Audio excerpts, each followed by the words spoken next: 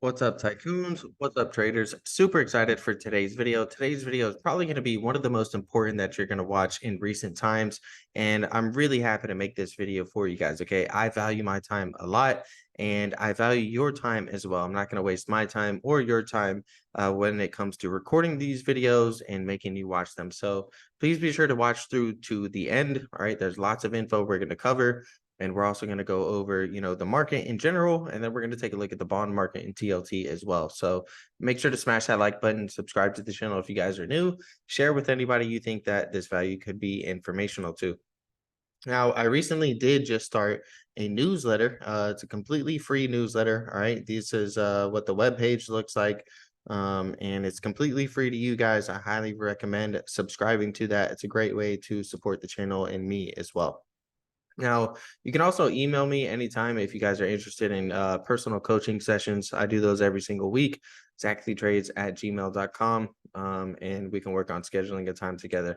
Let's go ahead and get straight into it. Michael Burry has recently shorted the market. Now, these are the headlines we're seeing. This now makes up 93% of his portfolio, and they're basically telling you guys that he's bought like $1.6 billion worth of put options in the market. This is not true. He is heavily shorting the market, but he is not spending 93% of his entire portfolio shorting the market. So, this is complete misinformation. We're going to break that down in today's video. We're going to go over why Michael Burry, as well as other hedge fund managers, right? Michael Burry, at the end of the day, is not a financial advisor. He is a hedge fund manager. And when you take a look at the 12-month hedge fund beta to equities, you can see, look at where it's at right now. I mean, it's at 0.2, okay? It's at 0.2. Hedge funds are bearish on the market. People like Michael Burry are, bearish on the market. We're going to dive into all that in today's video. All right, if you can see here, this is a brief summary. All right, this is June 30th, this candlestick. So we have the lows and we have the highs, just to give you guys an idea of where Michael Burry's position is, right? Essentially, we don't know where, but he either shorted somewhere in between the top and in between the low. You can see on QQQ, we actually broke through the lows today. So that's pretty relevant. If we take a look at the S&P 500, what we did was we're actually still trading right in the median range, right? So we have the highs here, we have the lows here, and you can see we're trading right in that median range currently at the moment. We'll break that down deeper in today's video.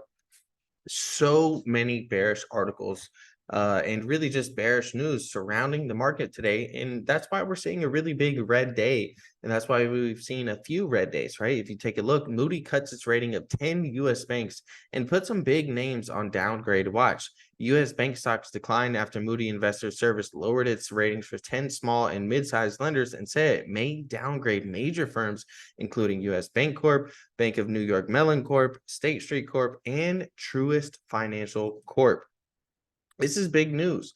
Now, that's in the equities markets. If you take a look at the treasury market and the bond market, Bill Ackman says he's shorting 30-year treasury bills and yields could hit 5.5% soon. So, people are bearish all over, whether it's the bond market, whether it's the stock market. You're seeing nothing but bearish headlines right now.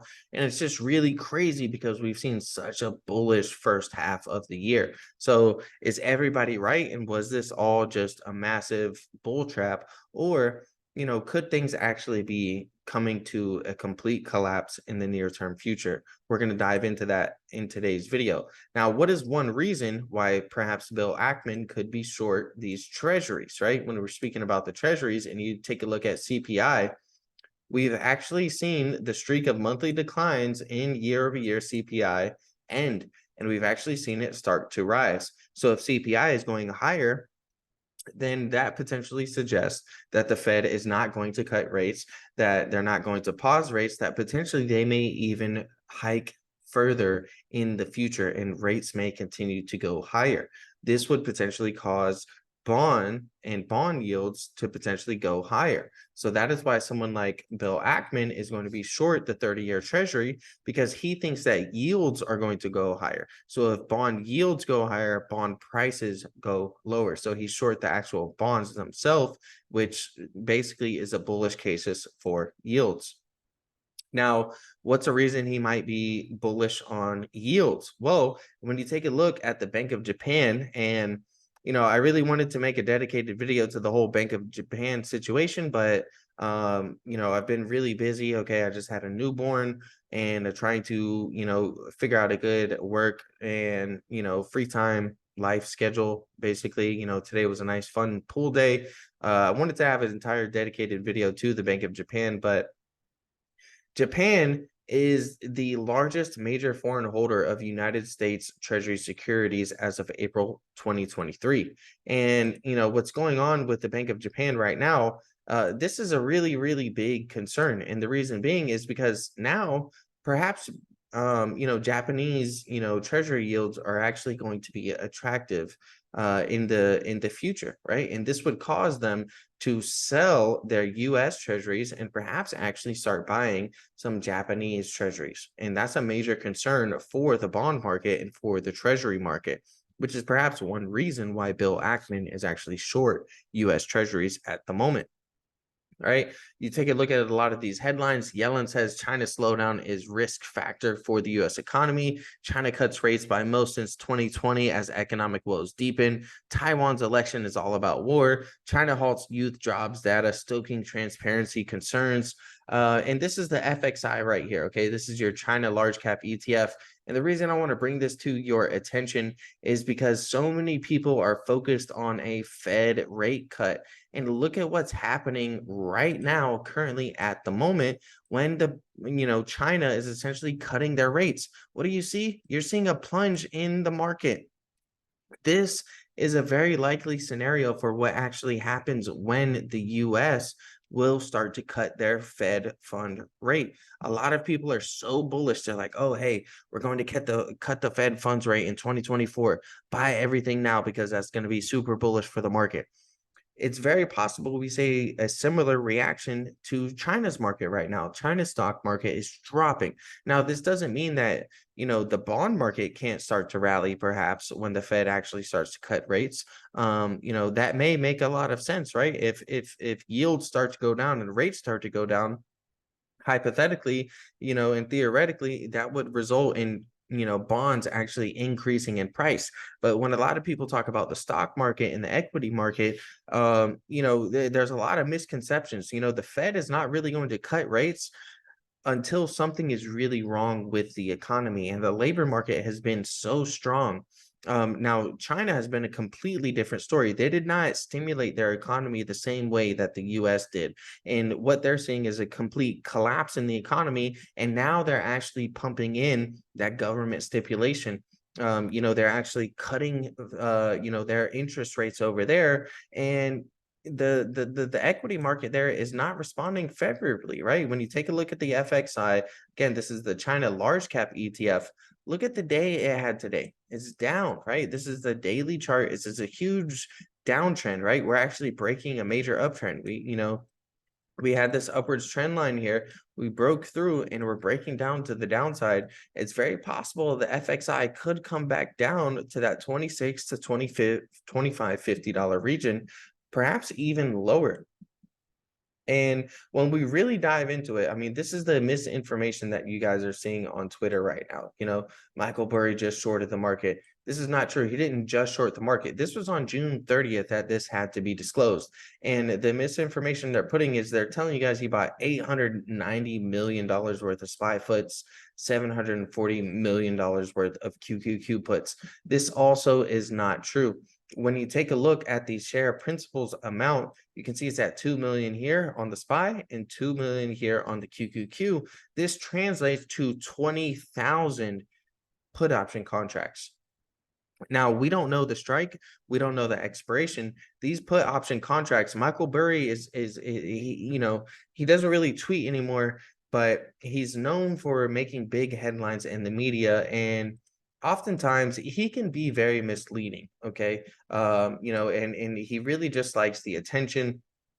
And so we have no idea on June 30th if he bought 0 DTEs or, option contracts that expire the next day, right? That's something that we don't know. If he's currently holding these option contracts, I'm going to break it down for you guys and really go into it further. And we'll take a look at the QQQ chart, all right, relative to where he shorted at potentially, and the SPY chart. But something that I want to break down for you guys, this is a really good tweet here by K110. All right, this is great. Derivatives on 13Fs are reported as notional values, which means 20,000 1 week, 350 SPY puts costing 1 cent each, worth 20K, would be reported as $886 million.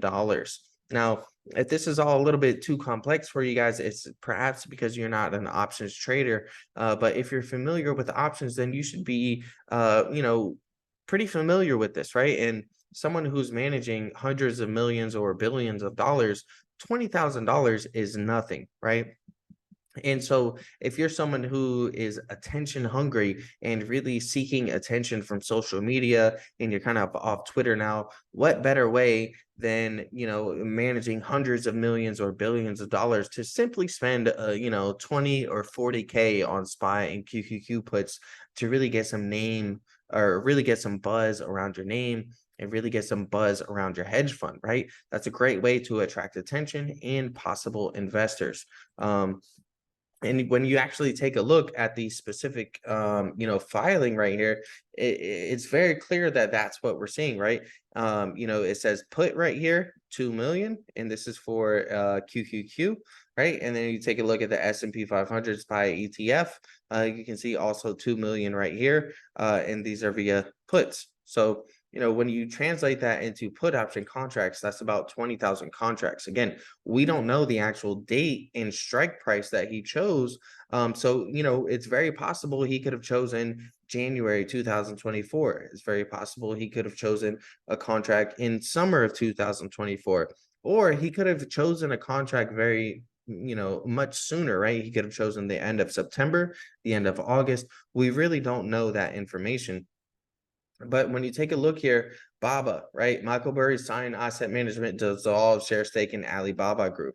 JD, all right, they dissolved their share stake in JD. Now, these may seem as really good trades because a lot of these stocks have ran up massively, but you have to keep in mind frame, and you have to keep in mind basically the time that all of these are being disclosed. These were being disclosed on June 30th. What did the markets do in July? They rallied a lot, right? And a lot of these Chinese stocks had a really good July, and here he is selling them. So in no way is he a perfect trader. He's very much famous for one specific trade. And there's been many, many times, where, back in the day, years ago, he was shorting Tesla, right? Shorting Tesla immensely. And we all see how that worked out for him. He closed a lot of his positions, right? That he dissolved his share stake in WFC, Wells Fargo, PACW. This is Pac West. I kind of agree with these, right? I mean, financials had a nice, good rally there, and this is pretty good job. But again, misinformation we're seeing here when it comes to online and platforms such as Twitter. They're saying he's bought put options, all right, as of June 30th, against $739 million worth. And the way this is worded is it's leading people to think that he's shorting $739 million worth. Again, here, take a look at the the S&P 500, the SPY ETF S&P 500. It's misleading people to thinking that he's actually short $886 million here and $739 million here. And this is just because people really aren't informed as much. They're reading these headlines. They don't understand that it's via put options, and it's being reported as notional values, and the difference between notional values, market values, different things like that. Now this is actually the QQQs right here, and what we are seeing, okay, is this is the highs of June 30th, this is the lows of June 30th. We actually just broke below those lows.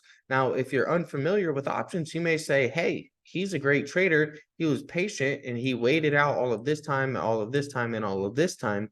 But if you're familiar with option contracts, you know that there is severe time decay. Okay. This is about 40 to 45 days of time decay. And we actually just broke below the lows of June 30th. So we don't know if he shorted at the lows. We don't know if he shorted midday. We don't know if he shorted at the close or at the highs, but we know he shorted somewhere in this range on June 30th. And we did just break below that low.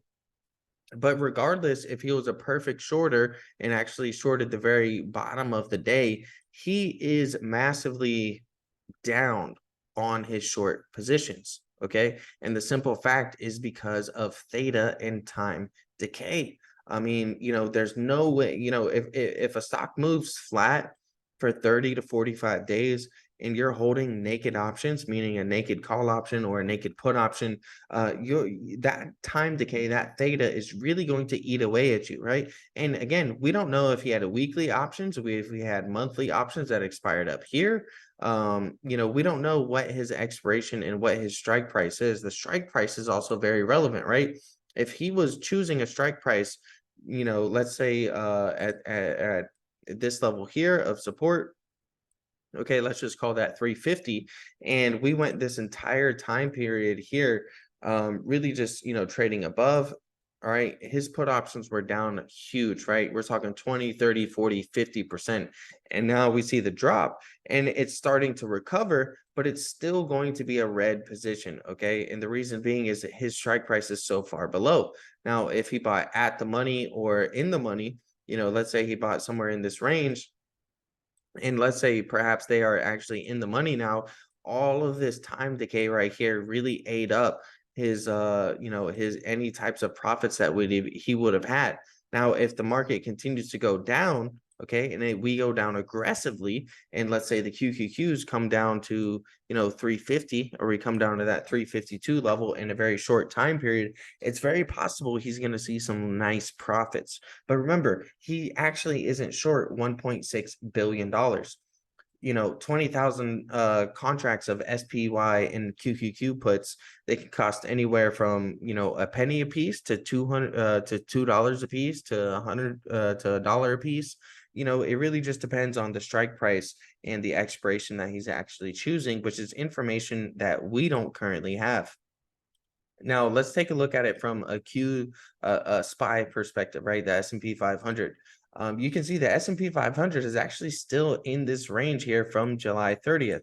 So we know for a fact he's definitely down on these put options if he's still holding them. And the reason being, again, is because of that large time decay factor, right? When the market rallied up, those put options were bleeding, right? And then we saw this big outside day here on the S&P 500. Ever since then, we have started to pull back, but we're still in that original range. And so even though he may be right directionally, let's say he was a perfect trader and shorted the top on June 30th, we're only, a dollar or two below that level. And we've had 30 to 40 days here of time decay on option contracts, which theta decay is something very serious and is vastly going to affect the price and premium of your option contracts. Now, when you take a look at a seasonality standpoint, August really isn't the best month. Okay. You can see, the first 10 trading days here aren't really generally good for the market. And, it's no surprise to me, honestly, that we're seeing bearish news articles. We're seeing bearish headlines. We're seeing Fitch downgrades, whether it's on the S&P 500, whether it's on, bank stocks. Now they're reporting. And when you take a look at the pre-election year data, which that's what this chart really is highlighting, you can see that, the beginning of the month typically is not good for the stock market when it comes to pre-election years. Now, we talked about Bill Ackman, okay, being short the 30-year Treasury bills and saying that yields could hit 5.5% soon. So let's dive into why, perhaps some people like Michael Burry and Bill Ackman are really just so bearish on either the equity market or the bond market. We're going to do a really good analysis. And before we dive into some of the fundamental reasons why, or some of the economic reasons why, I do want to give you guys a brief, breakdown of TLT. So It's not a surprise at all. Okay, TLT has been trading down, right? This is a daily chart that we're looking at. Something worth noting is I want to point that we're far below the year today anchored VWAP. We're far below the quarter today anchored VWAP. We're far below the middle Bollinger Band, okay? And we're trading below the 5-day simple moving average, the weekly anchored VWAP, and the monthly anchored VWAP.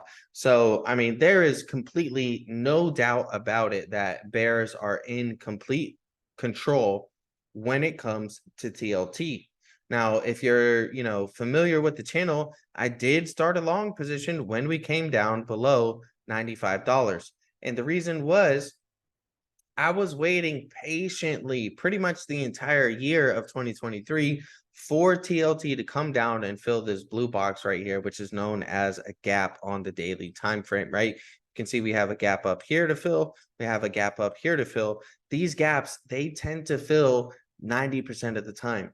The big question is when they're going to fill. Now, this gap over here, okay, that we're looking at, this gap was all the way from November of 2022. So it took a lot of patience to actually wait for this gap to fill. And it may take a lot of patience for these very close up gaps to fill, right? At $99.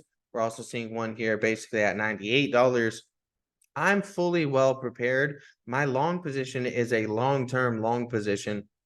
And I'm comfortable starting that in TLT because I do think eventually in the future, the Fed is going to cut rates. But all suggestions right now are saying that things could continue to be bearish in bond ETFs and also, bullish in treasury yields. And that's going to result in things going down lower. Now, I've already hedged before. I hedged up here with some put positions, and I went ahead and closed when we had this massive red day.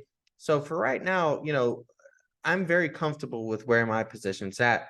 Really, I'm looking to target 93.22. Okay, 93.22 and 92.30. Those are going to be my next areas where I'm targeting on TLT.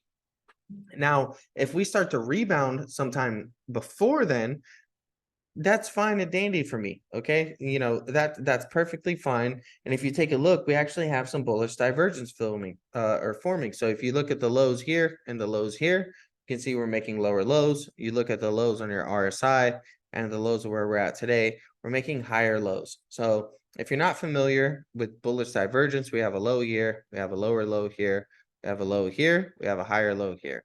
This is an indicator you may see some type of bullish activity in the future. There's no guarantees, but it's just something that a lot of technical traders like to use.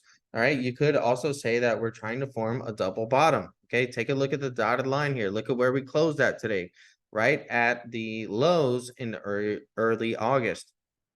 We're approaching back at those levels. Now, will this turn into an inverse cup and handle if we get some type of a dead cat bounce and then we ultimately take out these lows here? It's very possible. And that's when we would come down to these levels of 93.22 and 92.30.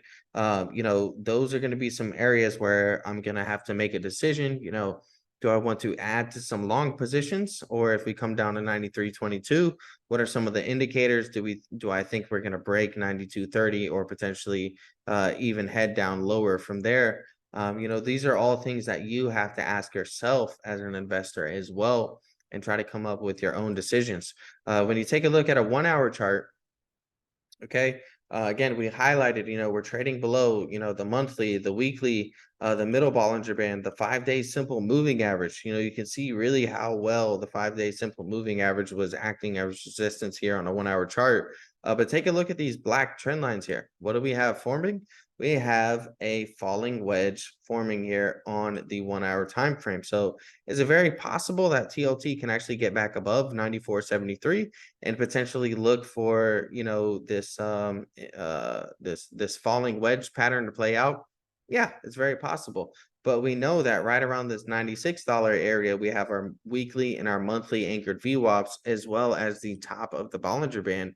This is going to be a lot of resistance. Okay. So, if for some case we actually do get a rally, okay, and let's say, we come down, we break out, retest this 94.73 area and head upwards, we need to be aware that we have the top Bollinger Band, we have, our weekly anchored VWAP, and we have our monthly anchored VWAP.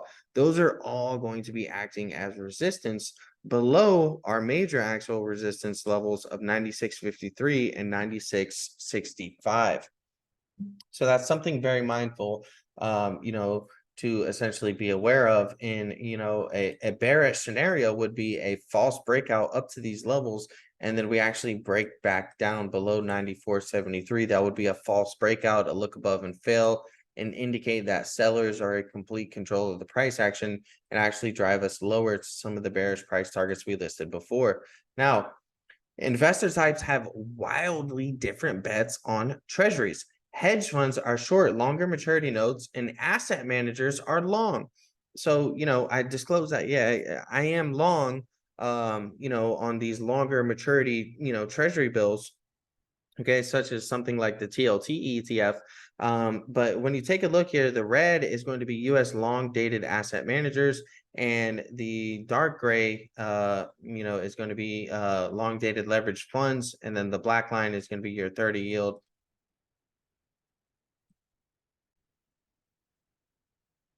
So, remember, guys, we're saying hedge funds short long-term maturity notes.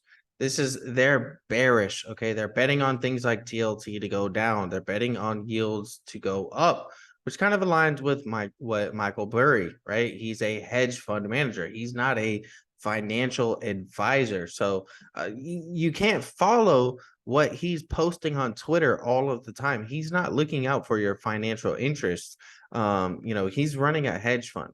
Now, when you take a look at long dated asset managers, you can see a vast majority of them are long US treasuries right now. And the reason being is because we're seeing treasury yields at rates we have not seen in years and years and years. That's what we're seeing on this chart. I mean, take a look back since 2013. We're way above the 2013 highs. We're just now approaching the 2011 highs. Okay, so we're at yields that we haven't seen in treasuries in over a decade. So asset managers, it makes a lot of sense to be like telling their clients, right, and their investors, hey, we haven't seen yields this high in bonds in over a decade.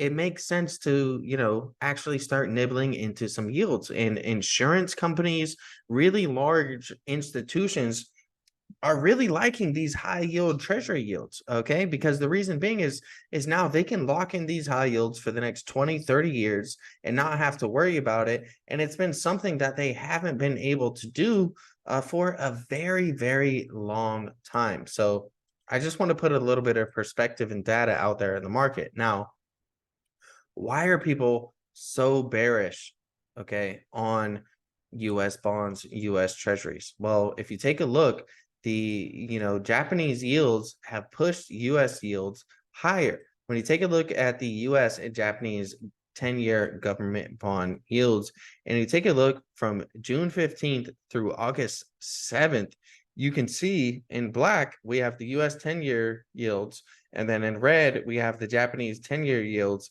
And as these have increased, it has also increased the US Treasury yields to increase as well, which is going to result in bond prices dropping. Now, you can see here just yet again that really Japanese Treasury yields, are really spiking, right? If we were to just draw a simple trend line from here to here, you can see that they're on a really large breakout right now, right? I mean, they're completely breaking out at the moment. It looks like a very clean breakout, semi retest and push up higher. And it's very possible that, Japanese bond yields could come up to levels that they haven't seen in a very long time as well, right? We're already above, the 2013 lows. It's very possible we come up to the 2011 lows, right? Or some of the 2013 peaks, right around these levels. That's definitely a possible scenario that you guys have to keep in mind, right? If you take a look, we haven't even hit, the 2012 lows, right? You take a look right here, there's lots of upside potential, in these Japanese treasury yields. And again, based on the last chart, that could continue to send, US Treasury yields higher as well. Now, we talked about this briefly before, but when you take a look at the major foreign holders of US Treasury securities as of April of 2023, Japan is the largest. And what are we seeing? We're seeing a massive increase in Japanese Treasury yields. So now this is actually attracting Japanese investors and Japanese, bond investors and Treasury yield investors. Now it's actually looking attractive to them. They're seeing yields that they haven't seen in years and years and years. And this could cause, and what I believe is causing Japanese Treasury yield holders to sell US Treasuries and actually maybe perhaps even start investing back into US Treasuries. And perhaps that's been another catalyst in really driving things like TLT down, and also, things like TNX, the 10-year Treasury yield, up higher on top of other US Treasury yields. Now, something really, really important, all right, that I think is very important is this right here. Interest payments are about to hit $1 trillion. And we're talking about the US federal government interest payments. So we're not even talking about the actual debt that they owe. We're talking about interest payments per year, literally about to cross the threshold of $1 trillion. So that means they're not even paying off their debt. The US government is literally paying $1 trillion in a year just on interest. This is mind-blowing, guys. And this is a massive red flag. This is a massive warning signal to investors in the market. This is why people like Bill Ackman are short US Treasuries. This is why people like Michael Burry are short US stock ETFs such as the S&P 500 and the NASDAQ 100. This is a huge proponent of it. This is a major reason. And again, we talk about US hedge funds, right? Michael Burry is a hedge fund manager. Look at the 12-month hedge fund beta to equities. It's going down, guys. It's going straight down, right? So you're seeing not only people like Michael Burry, but you're also seeing, these hedge fund managers also extremely short on the market right now. Okay, looking for beta. They're not seeking alpha, right? Like the popular web page or article or whatever they call themselves, seeking alpha. They're seeking beta right now. Okay. And this is the 12-month hedge fund beta to equities. You can see, the levels in where it's going down. It's just dropping massively. It's at 0.2. This is the 200-day moving average for the 12-month hedge fund beta to equities. Now, what's another reason for this? Okay, we have to try to dive into some of the reasons. Well, public debt is projected to skyrocket. When you take a look at the federal debt held by the public as a share of GDP, the projections are ridiculous, guys.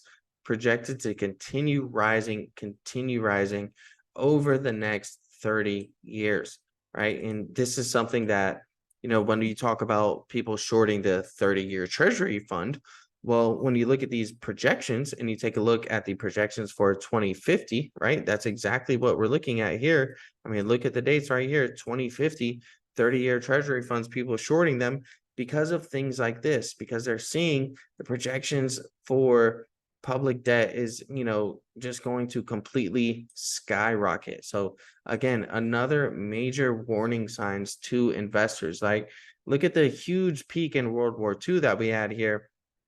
They're predicting something very, very similar, right? We actually haven't hit that peak since World War II, right? If we were to just draw a horizontal line across, you can see that that level is above where we are today, or essentially where we are at the time of this, data. And the projections do not look good, right? The projections for U.S. public debt is just absolutely skyrocketing over the next 30 years. And this is a lot of reasons why we're seeing Moody's cut its ratings of 10 U.S. banks and put some big names on the downgrade watch, right? Those big names such as U.S. Bank Corp, Bank of New York Mellon Corp, State Street Corp, and Truist Financial Corp. All right. Now, that's pretty much it for today's video. Just wanted to recap that, I did start a completely free newsletter giving out really good content and also free trade ideas every single week, right? This is a copy of the most recent newsletter talking about the energy sector. Typically energy goes up when you start seeing things like tech going down. So if you're on Michael Burry's side and you think that the NASDAQ, you think QQQ is about to crash, it could be potentially a good time to start looking at energy, right? And I highlighted that. This is a whole breakdown of the sector as a whole. I go a lot more in depth and also cover some individual names as well. But I think it's very possible that, by 2025, we could see the XLE, which is the energy stock ETF, anywhere from $100 up to $120. And I really break that down in the newsletter. Remember, it's completely free. All right. It costs nothing for you guys to subscribe. There's a link in the description and comment section down below that you can sign up for right away. And I'd also appreciate it if you share it with, some people that you guys think would be interested. You can also email me again anytime for a one-on-one personal coaching session, zachleytrades@gmail.com. I do those every single week, and we can go ahead and review some of the positions that you have and go over some different choices that you have available to yourself via option strategies. If you're not familiar with options and how to leverage the shares that you own using options. We can also just go over some technical analysis. If you feel like you've been trying charting for a long time, you've been working at it and you seem like you just don't have an edge, we can go over in our coaching session some of the things that have given me a personal edge in the market and help make me a successful trader over the years. And I'd be happy to share those with you guys in a personal coaching session. So, email me, sign up for the newsletter. I put tons of free, great content out there for you guys, and you guys are welcome to, subscribe to that. And I appreciate you watching the video. If you made it this far, why haven't you liked the video already? Why haven't you subscribed? And I'm out.